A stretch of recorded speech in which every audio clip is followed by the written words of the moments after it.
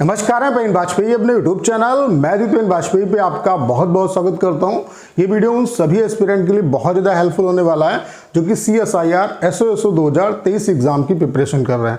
जैसा कि आपको पता है कि CSIR के एग्जाम पे आपका कोर्ट केस हो चुका है। दिल्ली हाई कोर्ट में कुछ एस्पिरेंट ने यहाँ पे केस डाल दिया है। जैसा कि आपको पता है कि चीटिंग के केसेस पाए गए थे। कुछ केसेस आपके जो हैं, एक केस आपका देहरादून में हुआ था, उसके अलावा एक केस जो था वो दिल्ली में हुआ था।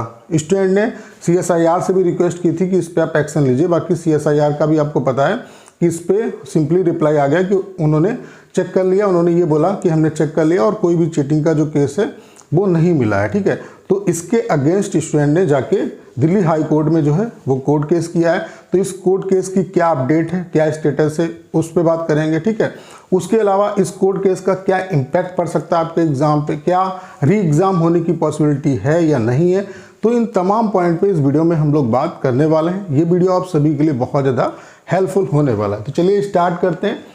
सबसे पहले आप लोग ये देख पा रहे होंगे, ये दिल्ली हाई कोर्ट में आपका जो केस है वो फाइल हो चुका है। कुछ स्टूडेंट ने, ग्रुप ऑफ स्टूडेंट ने मिलकर ये केस जो है अपने बिहाफ पे फाइल किया है। ठीक है, मुझे ऐसा लगता है कहीं ना कहीं सही है, क्योंकि अपने हक के खिलाफ जो है अगर कोई भी चीज़ें हो रही हैं तो उसके खिलाफ आवाज़ उठाना बहुत ज़रूरी है। अब यहाँ पे केस फाइल हुआ है तो कम से कम ये उम्मीद है कि कोर्ट के चीज़ें जो है दायरे में होके होंगी, तो कम से कम ये है कि हमें न्याय तो मिलेगा। कहीं ना कहीं हमारे पास चीज़ें सामने तो आएंगी, दूध का दूध और पानी का पानी होगा, क्योंकि CSIR से भी रिप्लाई मांगा जाएगा। ठीक है, तो ये अच्छी खबर है सभी एस्पिरेंट के लिए। तो आप लोग ये देख सकते हैं, ये जो केस है वो हर्षित कुमार शर्मा वर्सेस आपका यूनियन ऑफ इंडिया कि मतलब जो CSIR है उस पर किया गया है। ठीक है, यहाँ पे जो एडवोकेट है वो है प्रियंका देव। ठीक है, तो ये केस आप देख सकते हैं। इससे पहले जो आपकी हियरिंग हुई थी इसकी, उसमें CSIR को भी नोटिस गया था, लेकिन CSIR की तरफ से कोई भी प्रेजेंट नहीं हुआ था। ठीक है,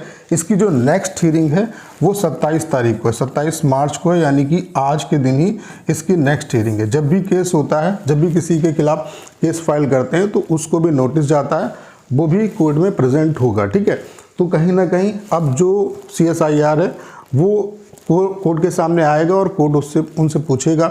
और स्टूडेंट के पास साक्ष्य भी हैं, चूँकि जो आपका देहरादून में मैटर हुआ था वहाँ पर भी पुलिस की FIR है। ठीक है, उसमें भी साफ साफ उन्होंने मेंशन किया है कि चीटिंग जो है वो हुई है। उसके अलावा दिल्ली का एक केस था जिसमें राजस्थान से बच्चे जो थे वो चीटिंग करा रहे थे, तो वहाँ पर भी लोगों को पकड़ा भी गया है, गिरफ्तारी भी हुई और FIR में उन्होंने डायरेक्टली मेंशन भी किया है। ठीक है, अब ये तो 2 केस थे जिनको पकड़ लिया गया। अब चूँकि एग्ज़ाम काफ़ी चरणों में हुआ है तो कितनी जगह नकल हुई है अभी ये चीज़ें पता नहीं चली है। ठीक है, तो यहाँ पे कोर्ट केस से कम ये सहूलियत वाली बात ये है कि कोर्ट के सामने जब CSIR से सारी चीज़ें पूछी जाएंगी, तो जब कोर्ट का इन्वॉल्वमेंट होगा तो कहीं ना कहीं स्टूडेंट के साथ इनजस्टिस नहीं होगी। ठीक है, कुछ ना कुछ चीज़ें सामने निकल के आएंगी। ठीक है, और जो भी होगा वो स्टूडेंट के हक में होगा। ठीक है, तो ये अच्छी खबर है। अगर 2 जगह पे हुई होगी चीटिंग तो CSIR कुछ तो बताएगा, अपने जो प्रोटेक्शन है उसमें कुछ तो वो रिप्लाई देंगे। ठीक है,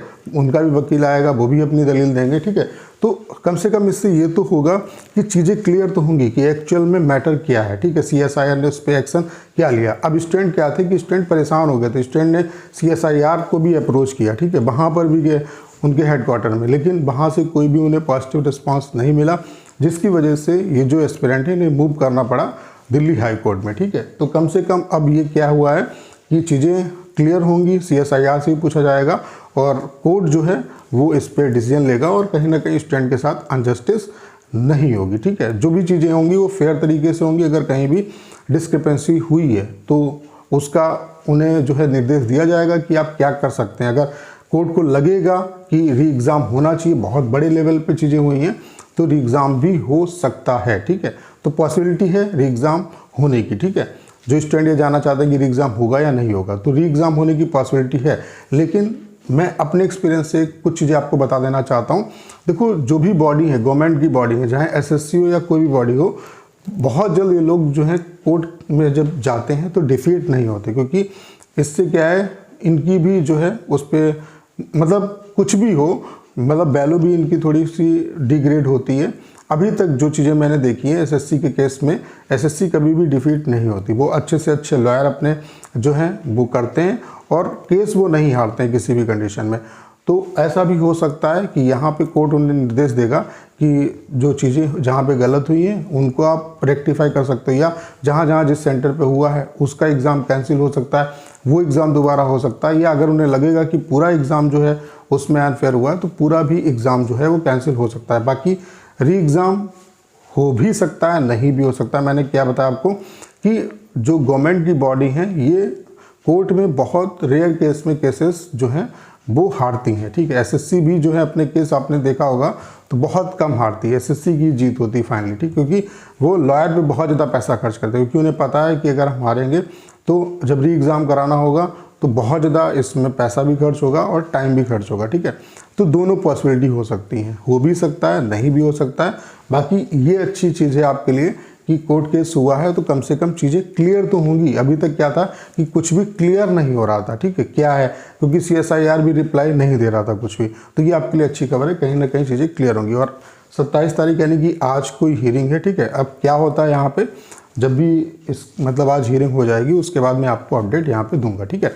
बाकी जो भी एस्पिरेंट हैं उन सभी को मैं एडवाइस देना चाहता हूँ कि अगर आपका स्कोर 220 से ऊपर बनना है किसी भी कैटेगरी में तो आप डिस्क्रिप्टिव की साथ साथ प्रिपरेशन करते रहो। हमने आपके लिए कंप्लीट डिस्क्रिप्टिव का जो बैच है वो लॉन्च कर दिया है। इसकी फीस केवल 449 रुपीज़ है और ये कोर्स हिंदी और इंग्लिश दोनों में आपका अवेलेबल है। और यहाँ पे हमारा जो मेन फोकस है वो कॉपी चेकिंग पे, हम टिल एग्जाम आपकी कॉपी चेक करेंगे।